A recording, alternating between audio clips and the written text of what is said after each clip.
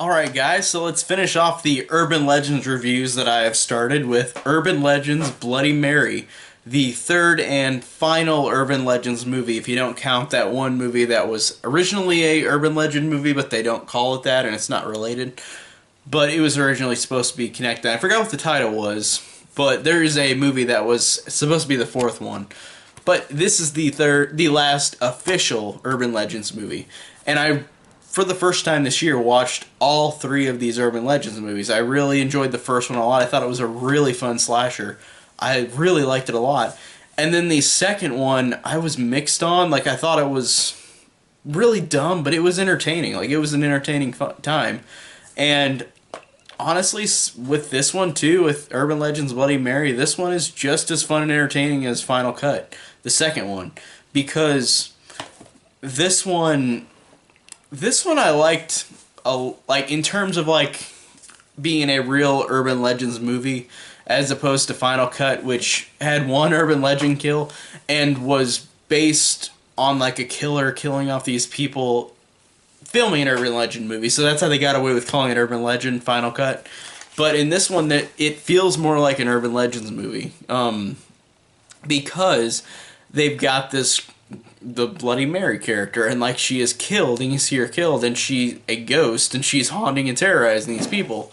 And I liked that a lot. Like even though it's basic, I liked a lot that Mary just goes around and like is trying to kill, is just killing everybody, like killing off these teenagers for reasons. And I don't really want to say why, and it's kind of an obvious reason whenever you watch the movie, but I thought it was a fine conclusion overall in terms of like their connection to Mary, the character.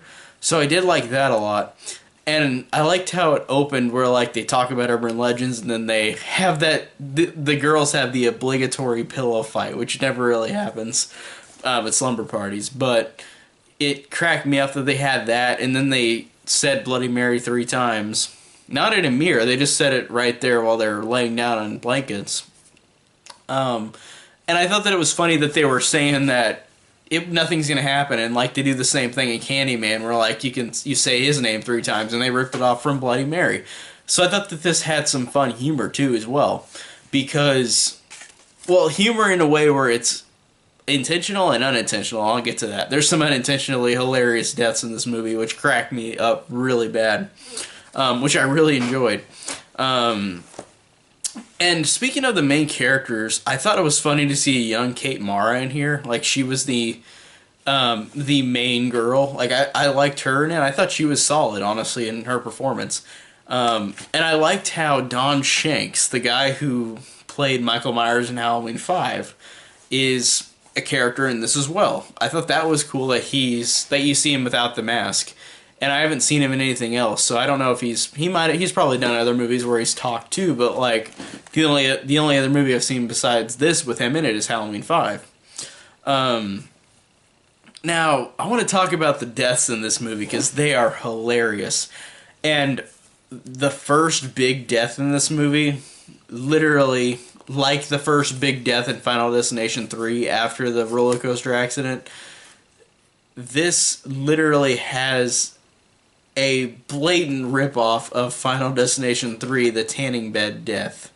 Like, this is ridiculously the exact same thing. This guy, except for it's a guy this time, instead of 2 girls in Final Destination 3. In this one, this guy goes into a tanning salon.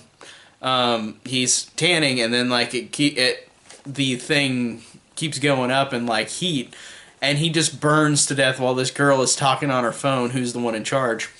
And then she's like, oh my god, what time is it? Like, she looks at her phone like she was talking for hours. And then she goes in, and the guy literally, she opens up the tanning bed, and the guy is a literal skeleton. Like, he is charred to become a skeleton only in a couple hours. Which, what? Like, that was hilarious, but it was ridiculous. And I don't know how hot tanning beds can get. But I feel like they would have a safety thing not to have that happen, and you couldn't burn that quickly to a crisp like that that quickly, and like I'm not even assuming an hour he was in that. Like that girl was on the phone and for like a little bit just talking to her friend. But that was an insanely silly scene where like the guy is a skeleton whenever she opens it up. That was hilarious. And there was one kill where I thought was actually pretty effective, where this girl looks in the mirror and she's got this big boil like on her face, and what happens is these spiders keep coming out of her face, and they keep coming out of her face to the point where they're all over her and she's freaking out, and then she falls into the glass mirror and her face, she rips off her face and more spiders come out of it. It is actually pretty cool. That was actually an effective moment in the movie, the only real effective moment I thought overall, but that was a cool moment. That was really actually kind of creepy. Like, even though it's CG spiders, I thought that was really effective.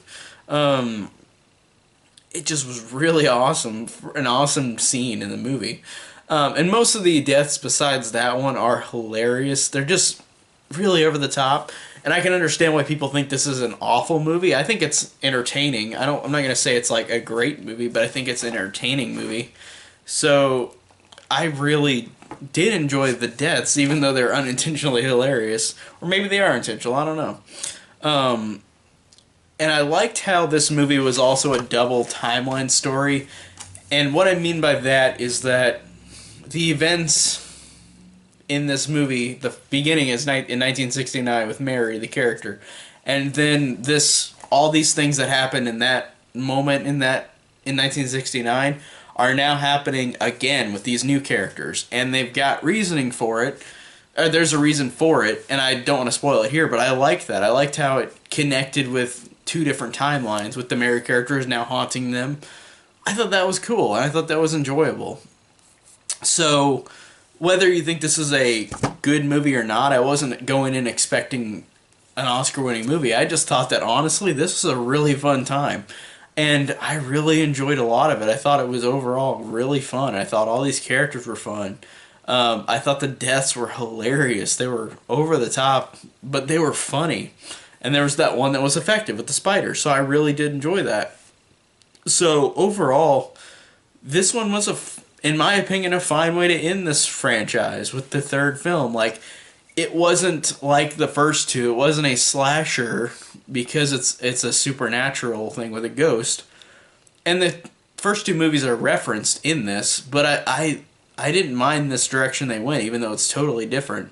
So I enjoyed this a lot, and I thought it was really fun. And I wonder if people think the same thing. And I was expecting this movie to be the worst thing ever, because looking at the IMDb rating and looking at this type of sequel, when I've seen a lot of shitty horror sequels that are very similar to this, where they change from what they did in the last couple movies. Like, for example, Always Know What You Did Last Summer. That movie is god-awful, and it does it to where it's just horrible and horrendous, and it's not connected to the other two movies, really, besides that killer.